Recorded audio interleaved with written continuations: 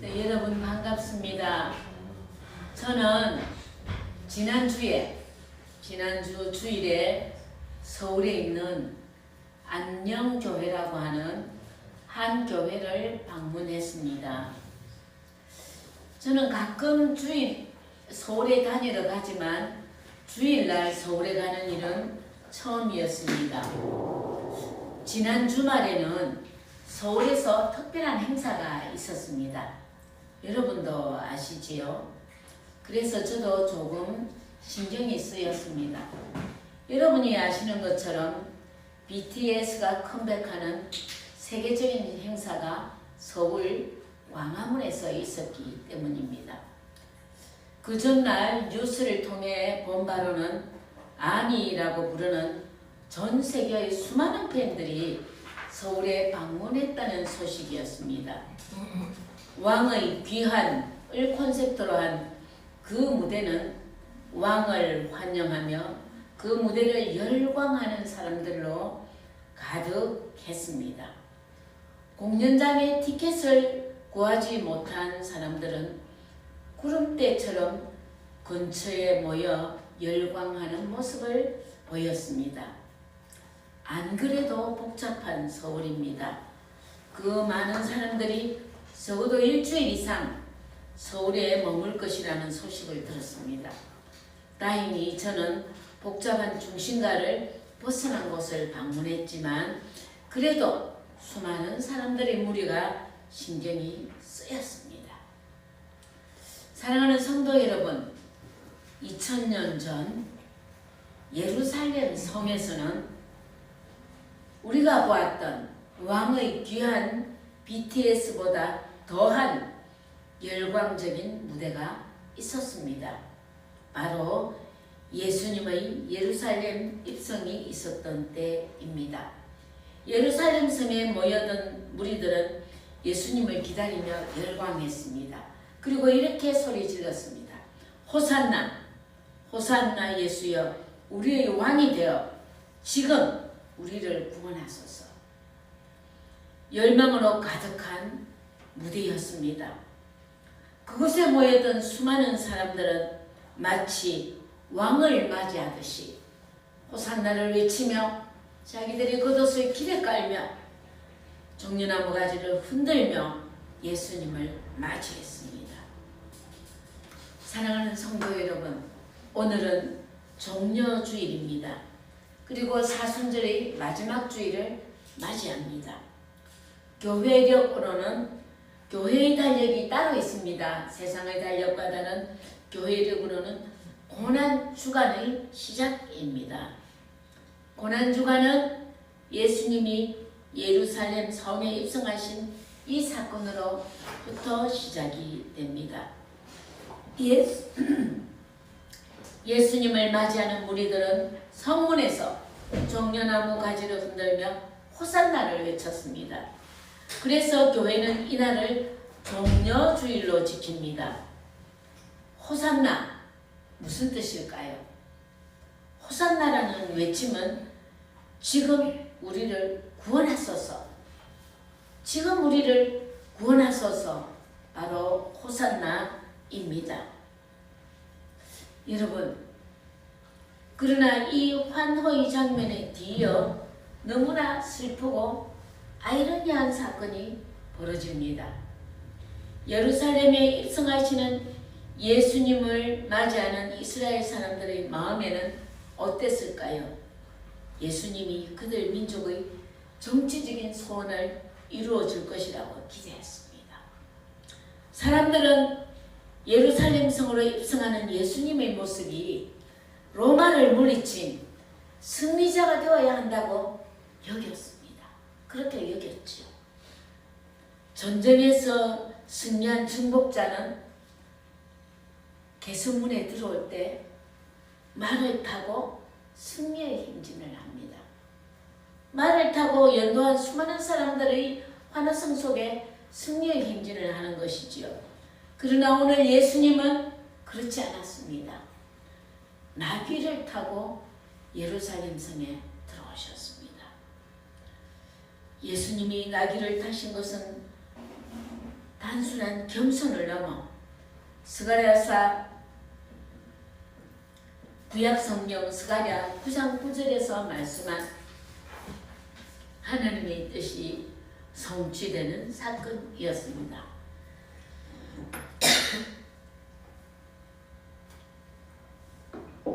예수님은 인간의 모든 기대를 깨뜨리고 하나님의 방식으로 인류를 구원하시려는 역사를 보여주기 때문입니다. 말은 힘과 권위의 상징입니다. 하지만 나귀를 타신 예수님의 모습은 힘과 권위의 상징이 아닙니다. 그 반대인 겸손과 하나님께 대한 순종의 상징인 것입니다. 오늘 저희가 읽었던 말씀, 이 빌립보서는 예수님의 이 모습에 대해서 이렇게 선포하고 있습니다. 오늘 읽었던 말씀입니다. 자기를 비워 종의 형체를 가지사 사람과 같이 되셨고 자기를 낮추고 죽기까지 복종하셨으니 곧 십자가에 죽으심이라 그 말씀합니다. 이 말씀이 가리키는 것은 예수 그리스도께서 마음에 품은 것이 무엇인지를 보여주고 선포합니다.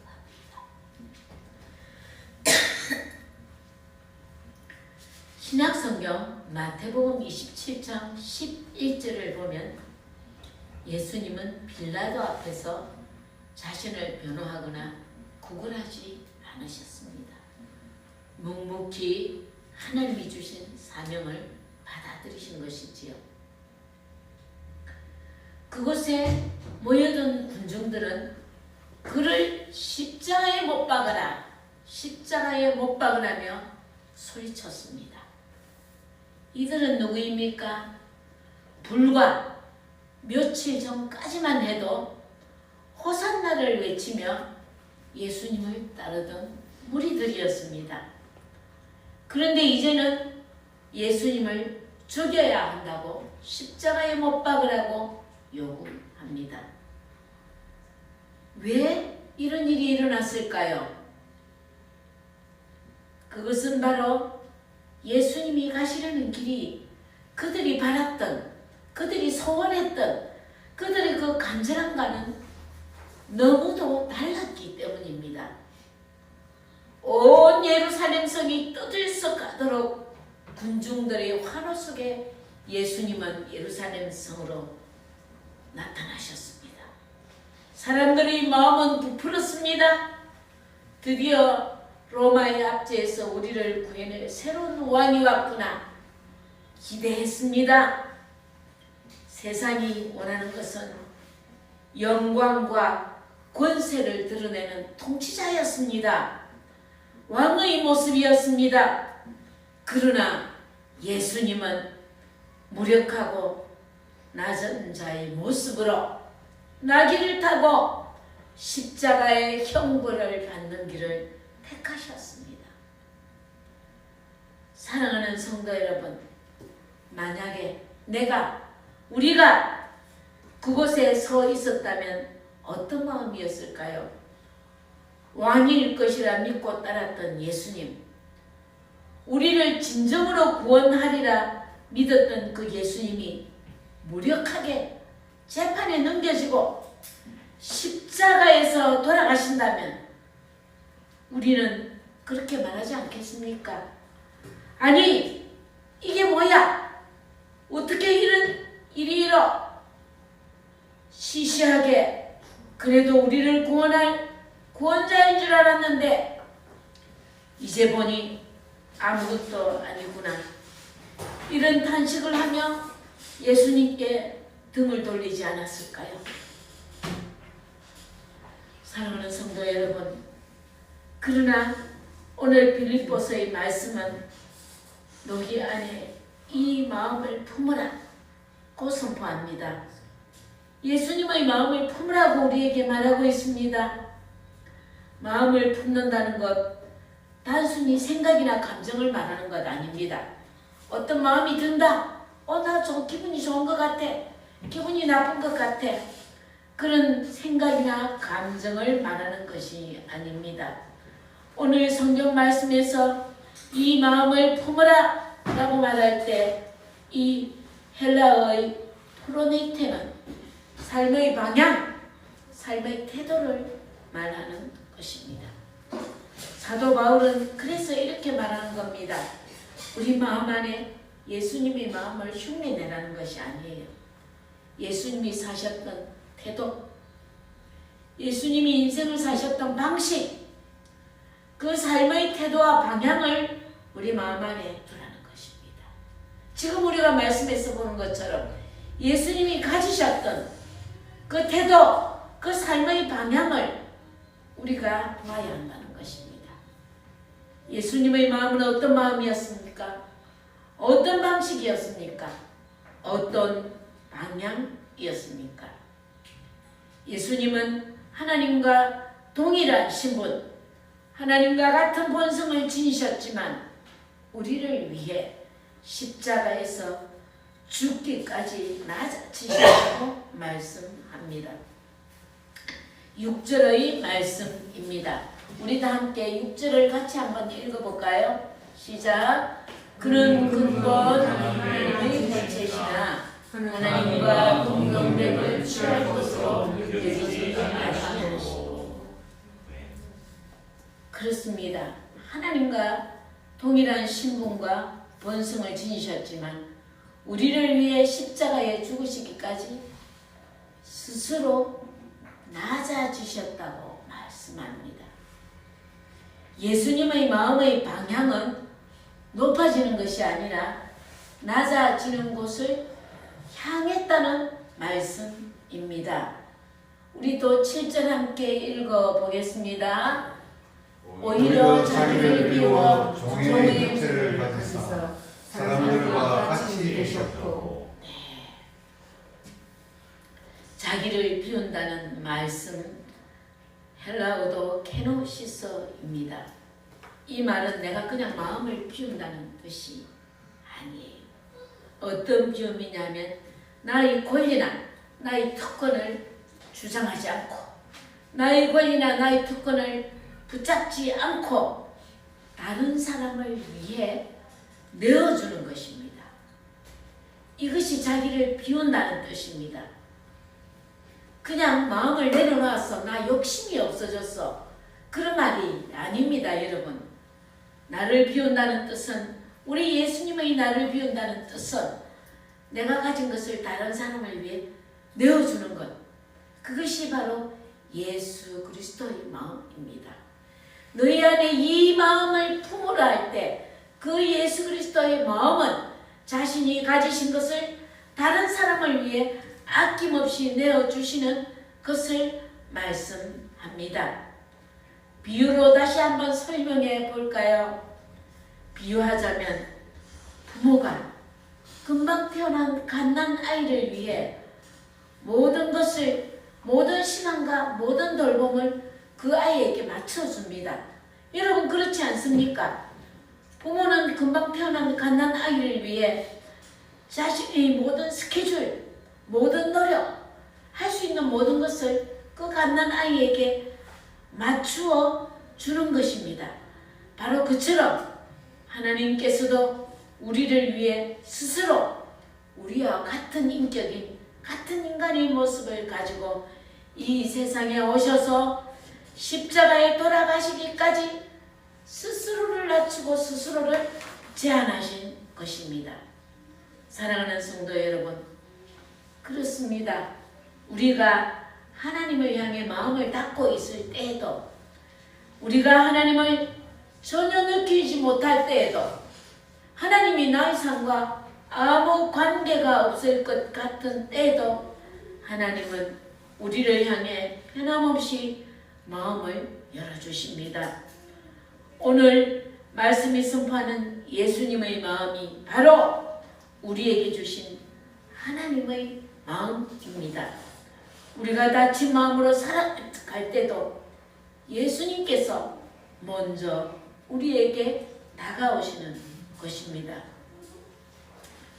우리가 우리 자신을 지키기 위해 하나님 앞에서 굳게 닫았던 문 앞에 주님은 오늘도 기다리고 계십니다. 주님은 왕이셨지만 왕의 자리에 계시지 않았습니다. 하나님의 아들이 스스로 우리의 곁에 오셨습니다. 스스로 연약한 인간의 모든 고통과 한계를 몸으로 친히 겪었습니다. 사랑하는 성도 여러분, 이처럼 예수님은 겸손의 모습으로, 자기 비용의 모습으로 우리에게 찾아오셨습니다. 사랑하는 성도 여러분, 여러분은 어떤 마음으로 살아가시렵니까? 이 사순절의 마지막 주간을 지나면서 우리 이 말씀을 다시 한번 들어봅시다. 너희 안에 이 마음을 품어라. 너희 안에 예수님의 마음을 품어라 하는 말씀을 들어봅시다. 우리의 마음이 어디로 향하든 주님은 오늘도 우리의 마음을 향해 여러분에게 말씀하고 계십니다. 너희 안에 이 마음을 품어라. 예수님의 마음을 품어라. 고 말씀하십니다. 사랑하는 성도 여러분, 이 마음을 품으라는 말씀은 우리가 예수님의 마음을 깨닫고 우리의 마음과 태도와 삶의 방식이 예수님을 따라가야 하는 것입니다. 예수님의 사랑과 은혜가 감사하여 복 주시는 하나님, 눈물 흘리고 감탄하는 것에서 그치지는 않아야 합니다. 그렇다면 우리는 어떻게 우리의 삶 가운데 이 예수님의 마음을 품을 수 있을까요? 우리의 응답은 어떻게 드러나야 할까요? 우리의 일상의 자리에서 그리스도의 형상으로 드러나야 합니다. 저는 오늘 여러분과 함께 우리의 일상, 우리의 삶의 자리 생각합니다. 가정에서, 직장에서, 교회에서, 학교에서 수많은 사람과 일 속에서 우리는 여전히 날마다 부대끼며 치열하게 삽니다. 우리가 살아가는 그 삶의 자리, 가정과 직장과 교회와 학교와 수많은 관계 속에서 우리는 예수님의 마음을 품을 수 있습니다. 실수한 사람에게 비난 대신 격려해주는 일, 나에게 비난의 권리가 있지만 침묵하고 기도할 때 평화가 있지 않습니까? 가정에서 헌신하며 가족을 돌보는 일, 교회 안팎에서 다른 사람을 위해 나의 시간을 내어주고 헌신하는 일, 섬기는 일, 이런 작은 일들이 모이면 우리의 마음은 예수님의 마음으로 향하여 이끌립니다. 예수님께서 우리를 이끌어 가시는 거지요. 저는 처음에 말했던 것처럼 왕의 귀한 BTS를 보며 그 열광하는 무리에 대해서 생각했습니다. 이 사람들은 도대체 어디로부터 모여들었을까? 왜 이토록 열광하는가? 스타의 그 무엇이, 그 아이돌의 그 무엇이 그들을 이토록 열광하게 하고 그토록 자랑스러운 것일까? 거기에 모인 한 사람 한 사람의 마음은 무엇을 자랑하고 무엇을 기뻐하는가? 그걸 한번 생각해 보았습니다. 사랑하는 성도 여러분, 여러분들은 무엇을 기뻐하고 무엇을 자랑하십니까? 무엇이 여러분에게 그토록 기쁘게 하고 그토록 여러분을 열광하게 합니까? 우리의 소원들은 무엇일까요? 이른바 타인에게 보여지고 다른 사람과 견주어 상대적으로 평가받게 되는 것들이 우리 삶의 소원의 줄을 이룹니다. 그렇지 않습니까? 얼마 전에 한 우스갯소리를 들었습니다. 비싼 자동차는 승차감이 아니라 하차감 때문에 탄다고 하는 한 우스갯소리를 들었습니다. 옥대의 자동차 문을 열고 내리는 순간에 나를 부러워하며 바라보는 타인의 시선을 즐긴다는 표현인 것 같습니다. 그래서 그 순간을 즐기며 식사 자리에 가서도 자랑처럼 마치 보란듯이 자동차 열쇠를 식탁 위에 둔다고 하더라고요. 여러분, 이 이야기는 우리가 살아가는 우리 삶의 기대와 우리의 소원이 어떤 것인지 적나라하게 나타내는 일화가 아닌가 생각합니다. 마치 아파트의 평수로 인생의 성공 여부가 결정되고 멋진 자동차의 열쇠가 자랑스러운 이 세상에서 모든 것들 한번 보십시오, 여러분. 그것이 우리의 내면을 말하고 있습니까? 결코 그것들은 우리의 내면을 말하고 있지 않습니다. 밖으로 보여주는 우리의 외면들을 말하고 있습니다.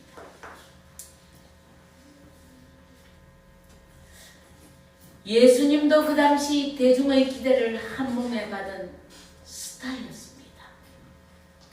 사람들은 구름대처럼 예수님 곁에 모여들었습니다. 로마를 물리치고 해방을 가져올 승리자, 그 사람 보기를 기대했을 겁니다. 오늘날 우리의 마음에도 예루살렘 성에 줄지어서서 환호하는 무리들처럼 우리를 평안으로, 우리를 기쁨으로 인도해 줄 이 시대의 자랑이 되는 것들을 붙잡으며 살아가고 있습니다. 사랑하는 성도 여러분, 우리는 십자가의 길에서 무엇을 기대하고 무엇을 기뻐해야 할까요? 어떤 소망을 붙들어야 할까요? 우리가 마음을 열고 타인의 고통에 공감할 때, 그때 세상은 우리를 통해 예수님을 발견합니다. 내세울 자랑스러운 겉모습이 아닙니다. 우리가 가진 내면의 힘을 발견하는 것이지요. 그럴 때에 우리 스스로는요, 정말 그렇습니다. 내 내면에 그런 힘들이 자라나면요, 타인의 평가나 시선으로부터 우리는 자유로운 존재가 됩니다. 나의 내면이 그만큼 예수께 가까이 이끌리고 있기 때문이지요. 예수님께서 나귀를 타고 예루살렘에 입성한 그날, 사람들이 본 것은 정복자가 아니었습니다. 평화의 왕이었습니다. 평화의 왕. 오늘 우리의 삶에도 예수님께서 평화의 왕으로 오셔서 우리를 다스리실 수 있도록 겸손히 나를 내어드리는 은혜가 넘쳐나시기를 주님의 이름으로 축복합니다. 아멘. 사랑하는 성도 여러분, 오늘 여러분은 예배를 마치고 예배당 문을 나서면 다시 하차감과 아파트 평수가 성공의 척도가 되는 치열한 세상으로 돌아가서 살게 됩니다. 세상은 끊임없이 여러분에게 요구합니다. 더 높은 곳으로 올라가라. 너의 권리를 주장하라. 고 우리에게 말합니다. 그러나 저는 여러분에게 오늘 말씀드리고 싶습니다.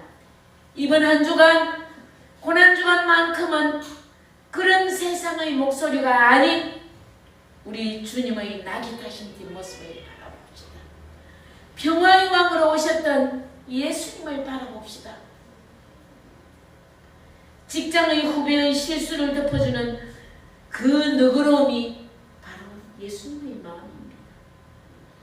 가정에서 나의 피곤함보다 배우자의 그 마음이 바로 케노시스의 실천입니다. 바로 낮아지는 마음입니다. 여러분이 삶의 자리에서 내가 왕이야 라고 하는 나의 왕됨을 내려놓고 주님의 통치를 받아들일 때 세상이 줄 수 없는 진정한 평화가, 참된 평화가 여러분의 삶에, 여러분의 가정과 여러분의 일터에 온전히 자리 잡을 것입니다. 여러분, 그 겸손한 길 끝에 부활의 영광이 기다리고 있습니다. 이 주간도, 고난주간 이 주간도 예수님의 마음으로 승리하는 한 주가 되시기를 주님의 이름으로 축복합니다. 아멘. 기도하겠습니다.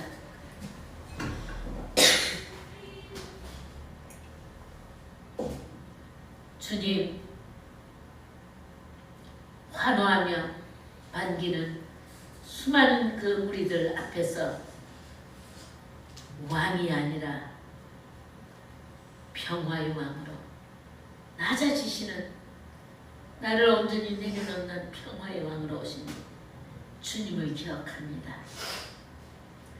이 한 주간, 이 고난 주간 우리를 끊임없이 몰아치는 세상의 목소리가 아니라 평화의 왕으로 나귀를 타고 오신 주님의 모습을 생각하며 낮아지며 겸손해지며 내 것을 내어주는 그런 삶을 살아가는 우리가 되게 하옵소서. 예수님 이름으로 기도드립니다.